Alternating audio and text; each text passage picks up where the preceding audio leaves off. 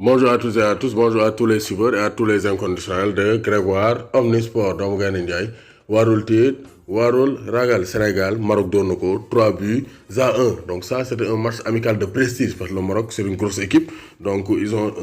un réservoir de joueurs exceptionnel moo tax on attendait une équipe du Sénégal à la hauteur des événements mais gis nañ ne Sénégal dañ ñoo décevoir il y a pas eu de jeu il y a pas eu d'engagement surtout engagement bi le Sénégal a failli dans l'engagement parce que mën nga engagé wu football ñu gagné la mais engagement amul jeu amul dara amul donc vraiment hier c'était donc vraiment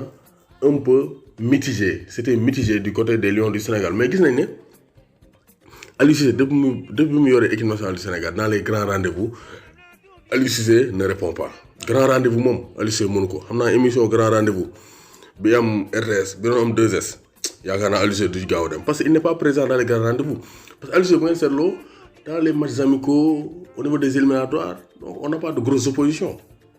ça il faut le dire parce que football la quand même donc équipe la mais il y a les grosses équipes et les équipes moyennes et les petites équipes contre les faibles Aliou Cissé est fort on gagne tout on def ratio victoire non 75% 89%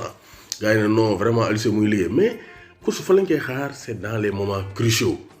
dans le très haut niveau dans les grands rendez-vous Aliou Cissé yor na équipe bi après qualifié ko CAN 2017 ñu dem après donc la débâcle ou bien l'humiliation donc de 2015 Aliou Cissé dem 2017 gagné premier match ami doo Tunisie doo Zimbabwe nul ak Algérie dem quart de finale face au Cameroun Aliou Cissé ñëw Hugo Bross tegal ko bus ak ñaari tata ligne 48 ak ligne 58 bi la tegal Sénégal yóbbu ñu série gagné ñu ça c'était un premier rendez-vous un grand rendez-vous quart de finale de CAN Aliou Cissé raté ko échec mu dem ñu qualifié ñu coupe du monde vraiment ça c'est un exploit ramené mais ak potentiel bi ñu yor ñoom Sadio Mané Koulibaly Sénégal warul bokk ak ay Cap-Vert ay Afrique du Sud donc poule Burkina te warul mën a qualifier parce que intrinsèquement Sénégal du moroom équipe yooyu voilà Sénégal qualifié dem coupe du monde premier match contre la Pologne de Lewandowski Sénégal dóor ko ça bii moom c'était une très belle victoire engagement le Sénégal s'impose 2-1 ñu ne Sénégal day qualifié comme gagné nañ Pologne le favori de la poule Sénégal day qualifié ñu dem Japon Aliou Cissé fait des choix bizarres change un peu son équipe le Sénégal est battu et Japon dañoo remonté 2 fois au score donc avec le coaching bizarre de Aliou Cissé donc le Japon accroche le point du nul Japon ñu nul ak ñu dem Colombie bu nulee face à la Colombie qualifié Colombie ñoo gagné ñu Aliou Cissé rate un grand rendez-vous qualifié les Lions du Sénégal en huitième de finale de Coupe du Monde après avoir gagné le premier match Aliou Cissé mënu ko ñu ne waa dañu dem CAN 2019 ñu ne CAN 2019 donc objectif bi c'était la finale mais quand même mënoo yor ay Sadio Mané Koulibaly ñëpp di leen tiit ay Diao Baldé Ismaïla Sarr Gana Gueye ñëpp di leen tiit nga ne ay objectif c'est la finale il faut être ambitieux ñu dem ba finale avant ñu dem finale Algérie moo ñu dóor match de poule deuxième match de poule ñu day waat finale Algérie gagné nan lañ gagné comme ni ñu Maroc gagné dóor ñu ay dàll jaay ñu bandi ils ont des équations ils marquent mu jeex donc c'est la même tactique utilisée par Aliou Cissé parce que Aliou Cissé il fait pas le jeu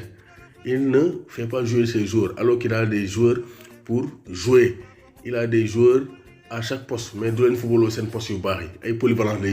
lay doxal mel ko yor club alors que équipe nationale booy sélectionner les meilleurs joueurs da ngay jël les meilleurs à leur poste mu jeex mais mënoo ñëw tey kii nga footballoo ko ci ginnaaw kii ci kanam kii ci gauche kii droite loolu day jaxase équipe nationale bi donc Aliou Cissé amul benn grand rendez-vous face au Maroc ñuy xaar match bu mag Aliou Cissé ñëw ndërmeelu proposé wul dara tactiquement